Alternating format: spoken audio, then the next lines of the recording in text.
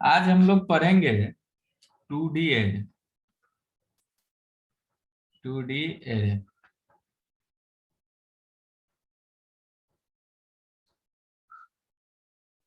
या इसको 2 dimensional array भी कहते हैं।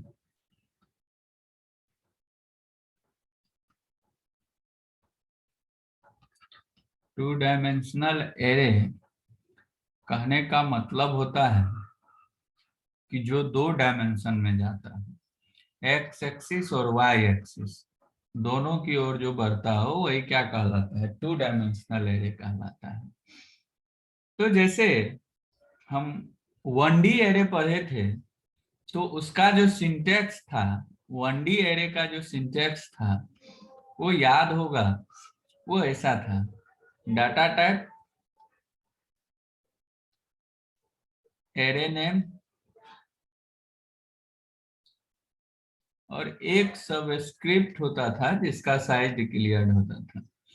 तो ये सिर्फ और सिर्फ एक्स एक्सिस में जाता था, एक्स एक्सिस की तरफ बढ़ता था। यानी कि अगर 2 डायमेंशनल जाना चाहे तो ये नहीं जाता था, सिर्फ और सिर्फ हमारा एक रो का सारा कॉलम जाता था।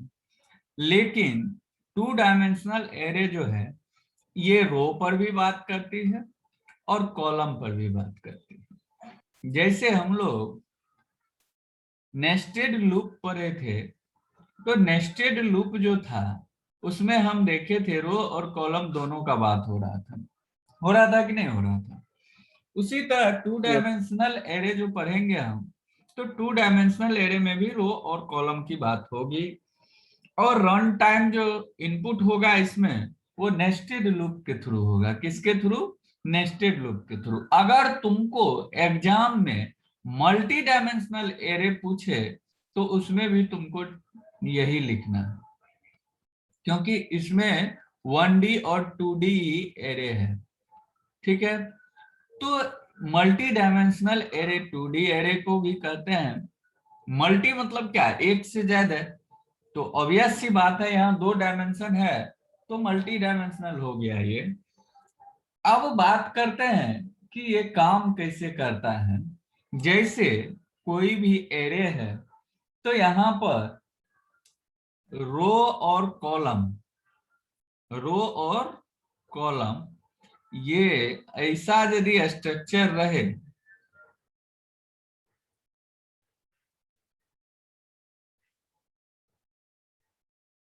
ऐसा अगर स्ट्रक्चर रहे, ये कॉलम नंबर 0, हम जानते हैं कि हमारा एरे जब भी शुरू होता है तो 0 से शुरू होता है और n-1 तक जाता है। n-1 कहने का मतलब हुआ जो साइज है उसका, अगर 5 है तो 0 से 4 तक जाएगा। तो 5 हो गया, 0 1 2 3 4, 5 एलिमेंट हो गया कि नहीं हो गया? तो 0 1 2 3 ये हमारा रो है, तो 0 1 2 3।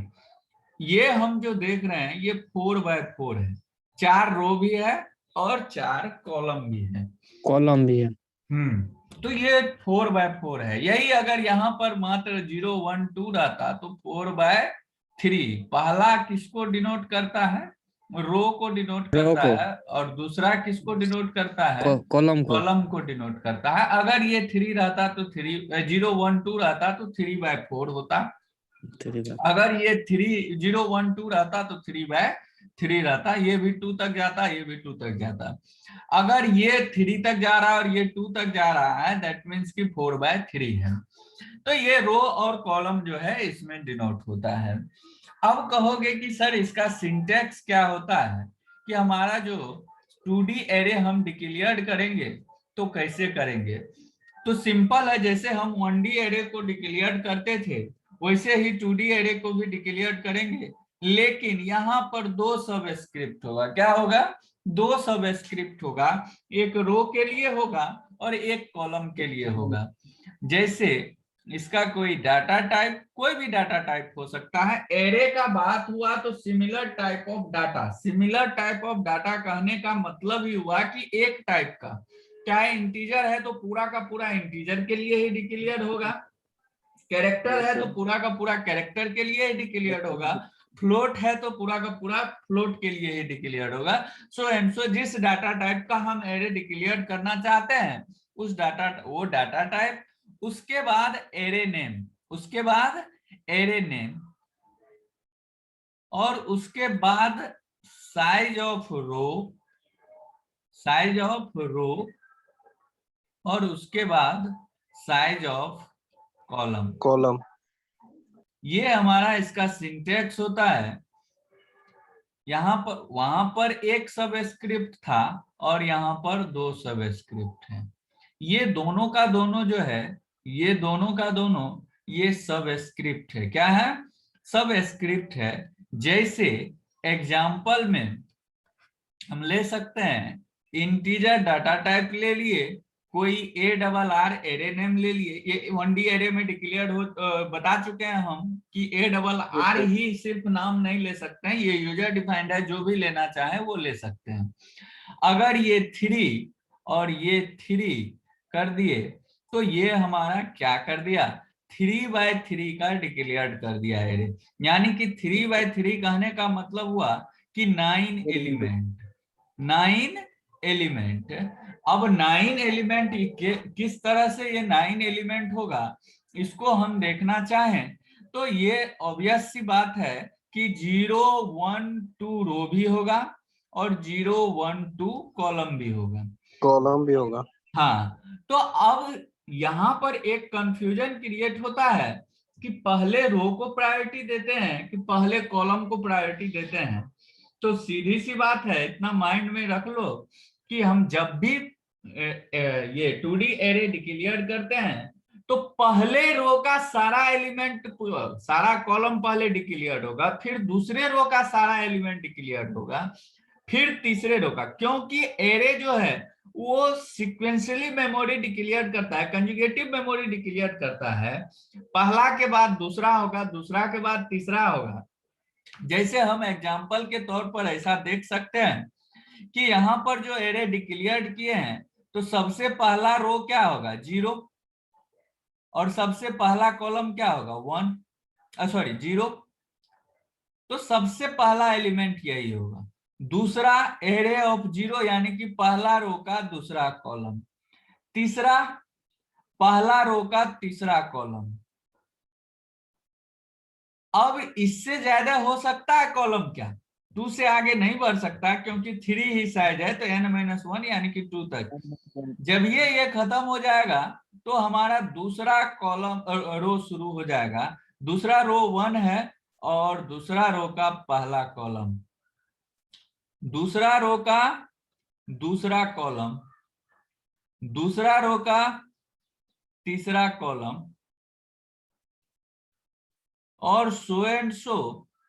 तीसरा रो तब शुरू हो जाएगा और तीसरा रो का पहला कॉलम, तीसरा रो का दूसरा कॉलम, तीसरा रो का तीसरा कॉलम। ये जब भी डिक्लेयर्ड होगा तो डाटा इसी तरह से डिक्लेयर्ड होगा। अगर इसका एड्रेस मान के चले कि 1001 है तो इसका एड्रेस 1003 होगा, इसका एड्रेस 1005 होगा, इंटीजर है 2 बाइट होगा।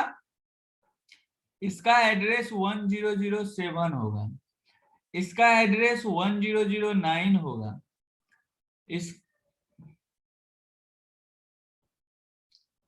इसका एड्रेस 1011 होगा, और इसका एड्रेस 1013 होगा, 1015 होगा, और 1017 होगा। यानी कि हम देखें तो 1 से लेकर के 1 से 17 तक गया है, तो 17 पहला एड्रेस है तो इंटीजर है, तो ये कहां तक जाएगा, 18 तक जाएगा। तो हम देख रहे हैं ये कितना मेमोरी ऑक्यूपाई किया, 18 बाइट। कितना, 18 बाइट मेमोरी ऑक्यूपाई किया। और ऑब्वियस सी बात है 9 एलिमेंट है और इंटीजर टाइप है, तो 9 into 2 यानी कि 18 बाइट इसका स्पेस होगा ही होगा। कोई कंफ्यूजन इसमें तो बोलो। अब एक चीज और जो है सो बता दे रहे हैं कि अब तुम्हारे मन में ये चीज आ रहा होगा कि सर यहाँ पर रो को प्रायोरिटी दे करके पहला रो को सारा कॉलम लिखे, दूसरा रो का सारा कॉलम लिखे, फिर तीसरा रो का सारा कॉलम लिखे। तो क्या ऐसा नहीं हो सकता है कि पहला कॉलम का सारा रो लिख दें, दूसरा कॉलम का सारा रो लिख दें और फिर तीसरा कॉलम का सारा रो लिख दें? तो नहीं, ऐसा नहीं हो सकता। मेमोरी जो ऑक्यूपाई करता है, मेमोरी जो वहां पर क्रिएट करता है एरे, वो रो को प्रायोरिटी में लेकर के पहला रो का सारा मेमोरी पहले डिक्लेयर करेगा, सारा कॉलम डिक्लेयर करेगा। तभी अगर ऐसा होता कि रो और कॉलम में कोई अंतर नहीं रहता, मे बी रो का प्रायोरिटी देकर के हर एक रो का सारा कॉलम पहले डिक्लेयर करता, या फिर यह भी संभव था कि हर एक कॉलम का सारा रो पहले डिक्लेयर करता। तो वहां पर हमारा जो कंजुगेटिव मेमोरी वाला कॉन्सेप्ट है, सिक्वेंशियल मेमोरी जो डिक्लेयर करता है, एरे जानते हैं ना कि सिक्वेंशियल कंजुगेटिव मेमोरी डिक्लेयर करता है कि पहला के बाद दूसरा, यानी कि लगातार मेमोरी डिक्लेयर करता है। तो ये कॉन्सेप्ट वहां पर फेल हो जाता हमारा, ये कॉन्सेप्ट वहां पे नहीं चल पाता, क्योंकि तब यदि ऐसा देखते हैं हम, तो एरे 0 0 के बाद एरे 1 0 होता, एरे 1 2 0 होता, तो एरे 1 0 का मेमोरी एड्रेस 1003 हो जाता और एरे 2 0 का मेमोरी एड्रेस 1005 हो जाता। तो फिर यहाँ पर कुछ और मेमोरी एड्रेस आता और वहां पर कुछ और मेमोरी एड्रेस आता, यानी कि रो को प्रायोरिटी लेके चलता तो कुछ और एड्रेस आता, और कॉलम को प्रायोरिटी लेके चलता तो कुछ और एड्रेस आता। इसीलिए यहाँ पर ये फिक्स है कि हमेशा रो का प्रायोरिटी लेके चलेगा, हर एक रो का पहले सारा कॉलम डिक्लेयर करेगा, तभी दूसरे रो के तरफ वो बढ़ेगा। कोई कंफ्यूजन इसमें तो बताओ। No sir. अब हम लोग देखते हैं इनिशियलाइजेशन विथ डिक्लेरेशन, यानी कि डिक्लेरेशन के टाइम अगर इनिशियलाइज करना चाहे वैल्यू तो कैसे होगा। जैसे हम लोग 1D एरे में करते थे ना, वैसे ही इसमें देखेंगे कि इसमें कैसे इनिशियलाइज करते हैं।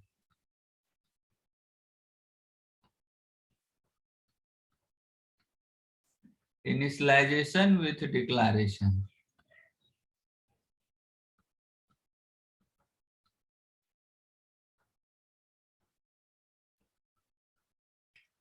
जैसे कोई एग्जाम्पल के तौर पर हम ले लिए इंट n 3 और 3, कितना एलिमेंट हो गया? 9 एलिमेंट। इसमें हम कोई भी डाटा दे दिए 5 6 8 55 7 13 100, कितना हो गया? 150 65, ये 65 है। तो ये डाटा जो है, ये उसी तरह से जिस तरह से हम डिक्लेयर किए थे उसी तरह से जो है सो ये डाटा उसमें आएगा। जैसे ऐसा जब किए हैं तो डाटा कैसे, वेरिएबल कैसे डिक्लेयर्ड होगा?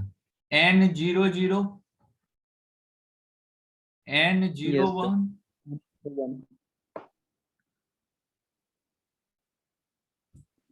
n02 n02 n10 10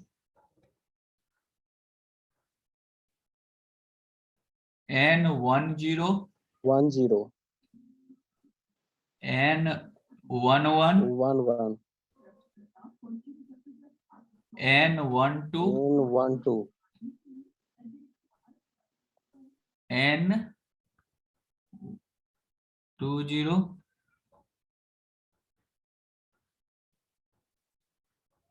n21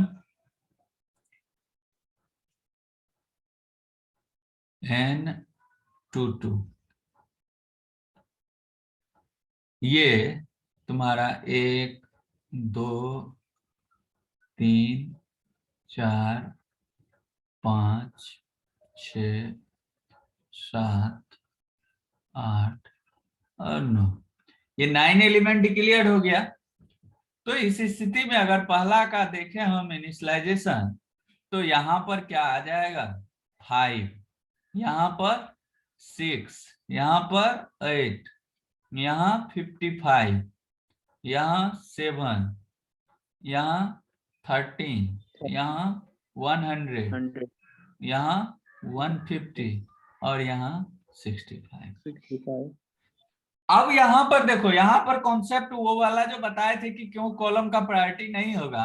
अगर कॉलम का प्रायोरिटी लेके चलता तो यहाँ पर कंफ्लिक्शन होता, ये 5 हो जाता और यहाँ पर ये 0 0 है, यानी कि पहला रो का पहला कॉलम तो क्या हो जाता, Yes. अब पहला कॉलम का दूसरा रो, तो पहला कॉलम का दूसरा रो कौन सा है, 0 1, तो 6 इसका वैल्यू हो जाता।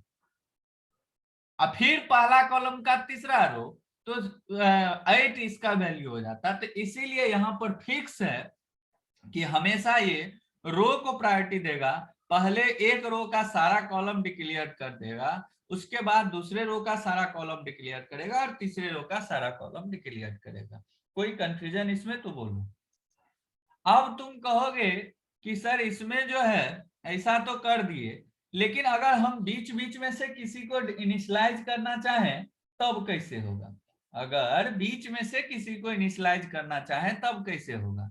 तो यहाँ पर एक कॉन्सेप्ट है, इंटीजर n33 है, n33 है और इसके अंदर यदि इनिशियलाइज करना चाहें तो मान के चलो 10, 20 और 30, फिर इसको बंद किए, फिर कॉमा देकर के 40, 50 और 60 कर दिए, फिर इसको कॉमा देकर के 70, 80 और 90 कर दिए।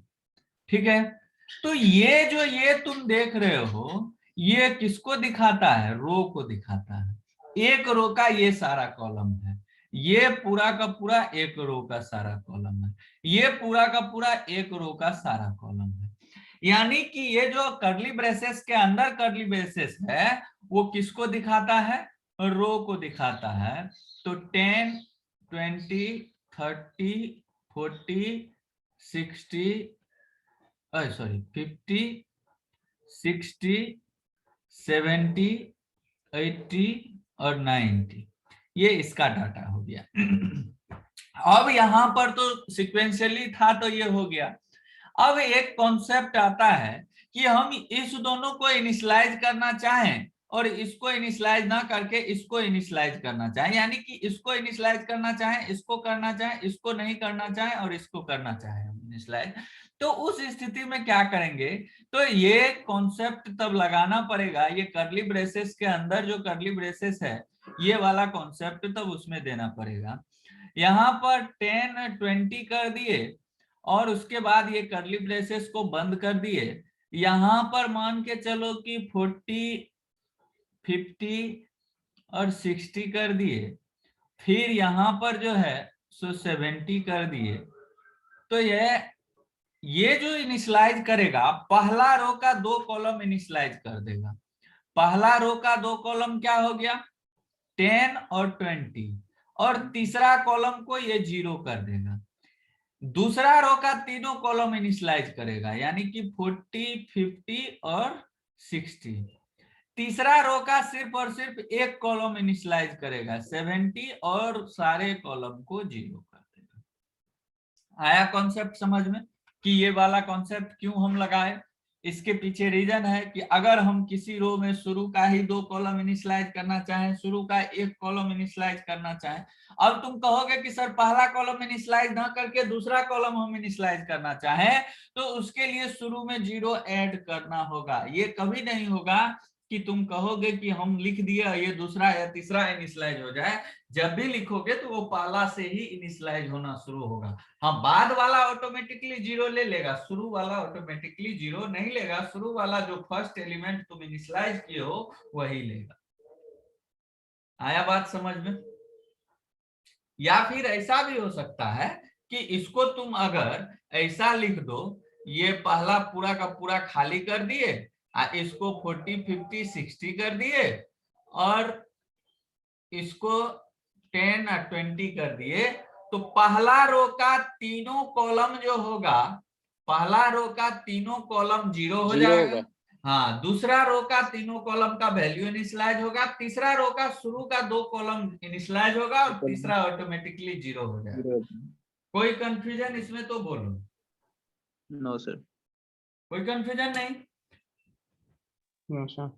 अब अगर ऐसा कॉन्सेप्ट रहे, इंटीजर ऐसा डिक्लेरेशन करें, हम ऐसा इनिशियलाइजेशन करें n3 3 और 10 20 30 ये कर दें 40 कर दें, ठीक है तो 9 एलिमेंट, लेकिन डिक्लेयर्ड क्या इनिशियलाइज कितना एलिमेंट हुआ, ओनली 4 एलिमेंट। तो शुरू से 4 एलिमेंट जो होगा वो इनिशियलाइज हो जाएगा, यानी कि 10 20 30 और 40, और रिमेनिंग जो भी एलिमेंट है वो सब का सब क्या हो जाएगा, 0 हो जाएगा, सबका सब 0 हो जाएगा।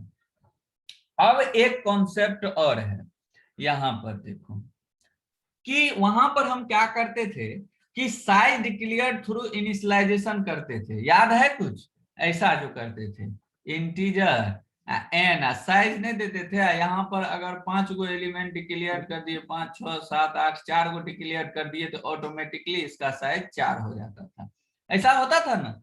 तो क्या यहाँ पे वो संभव है?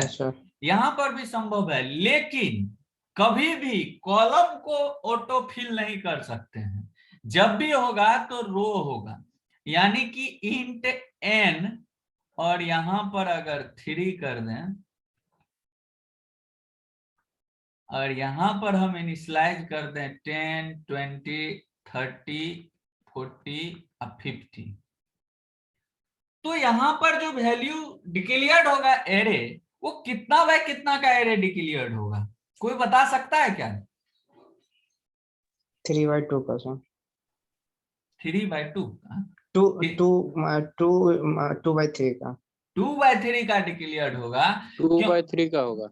2/3 कॉलम फिक्स कर दिया गया है, रो को फिक्स नहीं किया है, और टोटल एलिमेंट कितना है, 5 है, तो मिनिमम 5 चाहिए कि नहीं चाहिए हमको? अब 5 चाहिए तो जब ये एक रो में तो 5 आ नहीं पाएगा, एक रो में 3 आएगा, और दूसरा रो जब ये डिक्लेयर्ड होगा तो 2 डिक्लेयर्ड नहीं होगा, दूसरा रो जब भी डिक्लेयर्ड होगा तो 3 का डिक्लेयर्ड होगा, क्योंकि 3 कॉलम हमारा फिक्स किया हुआ है। तो इस स्थिति में हमारा जो वैल्यू डिक्लेयर्ड होगा, जो एरे डिक्लेयर्ड होगा, n00 n01 n02 n10 0 n11 n12, ठीक है। इसका वैल्यू हो जाएगा 10, इसका 20, इसका 30, इसका 40, इसका 50 और इसका वैल्यू 0 हो जाएगा। अब तुम कहोगे कि सर इसमें 4 एलिमेंट होता तब कितना डिक्लेयर्ड होता है? तो 4 एलिमेंट जब होता तो एक में 3 ही कॉलम है, एक कॉलम एक एलिमेंट बाकी रह गया, तो जब ये दूसरा रो क्रिएट करेगा तो 3 एलिमेंट के लिए करेगा, 3 कॉलम के लिए करेगा। तो इसीलिए अगर 4 एलिमेंट रहता फिर भी 6 एलिमेंट ही डिक्लेयर्ड रहता, 4 इनिशियलाइज रहता फिर भी, अगर 3 इनिशियलाइज रहता तो सिर्फ और सिर्फ 3 ही डिक्लेयर्ड होता, क्योंकि चौथा कोई बच नहीं जाता, एक ही रो में तीनों आ गया। यदि 5 रहता, 5 है तो फिर भी 6 गो, 6 है फिर भी 6 गो रहता, 6 अगर इनिशियलाइज करते फिर भी 6 ही डिक्लेयर्ड, 7 जब ये इनिशियलाइज कर देते तब कितना एलिमेंट डिक्लेयर्ड हो जाता, 9 एलिमेंट डिक्लेयर्ड हो जाता। कोई कंफ्यूजन है क्या इसमें? No sir. कोई कंफ्यूजन नहीं होगा। अब एक क्वेश्चन और माइंड में आ रहा होगा कि सर यहाँ पर कॉलम को फिक्स किए, हम रो को क्यों नहीं फिक्स कर सकते हैं? तो अगर रो को हम फिक्स करेंगे, कॉलम को फिक्स नहीं करेंगे तो कभी लाइन ब्रेक होगा, कॉलम तो अनलिमिटेड चलते चला जाएगा, दूसरा रो में आएगा ही नहीं, पहला रो का ही अनलिमिटेड कॉलम चलते चला जाएगा। तो 2D के तरह बिहेव किया वो नहीं किया। इसीलिए नहीं सर। कभी भी हम कॉलम रो को फिक्स नहीं करते हैं, कॉलम को फिक्स करते हैं, क्योंकि कॉलम ही डिसाइड करता है, जितना कॉलम होगा उसके बाद दूसरे रो में डाटा चला जाएगा। अगर रो को फिक्स कर दे और कॉलम को फिक्स ना करे तो पहला ही रो में कॉलम बढ़ते चला जाएगा, दूसरा रो में कभी आने का कोई सवाल ही नहीं पैदा होता। कोई कंफ्यूजन तो बोलो। तो सर 1D हो जाएगा ना।